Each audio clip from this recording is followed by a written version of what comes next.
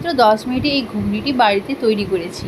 তোমরা হয়তো অনেকে কোয়েশ্চেন করতে পারো যে ঘুগনি রেসিপিটা আগের ভিডিও তো আমরা দেখেছি, তবে এটা 10 মিনিটে করেছি। চলো তাহলে দেখানো যাক। আমি সমস্ত উপকরণ রেডি করা ছিল আমার, তাই গরম তেলের মধ্যে পেঁয়াজ কুচি, টমেটো, একটা তেজপাতা আর গরম মশলা দিয়ে ভালোভাবে পেঁয়াজটাকে ভেজে নিলাম। ভেজে নেওয়ার পর টমেটো, আদা, রসুন, পেঁয়াজের একটা পেস্ট বানিয়ে তার উপর ঢেলে দিলাম।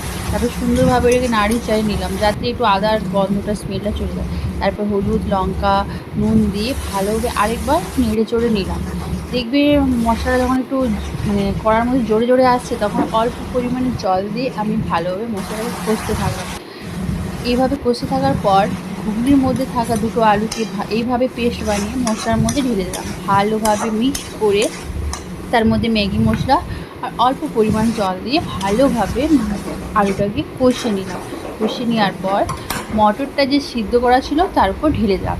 তারপর সেটাকেও ভালোভাবে মিক্স করে নেওয়ার পর ঘুগনির মধ্যে যে জলটা ছিল সেই জলটা ঢেলে দিলাম। ঢেলে দেওয়ার পর মেথি পাতা দিয়ে কিছুক্ষণের জন্য ঢেকে দিলাম।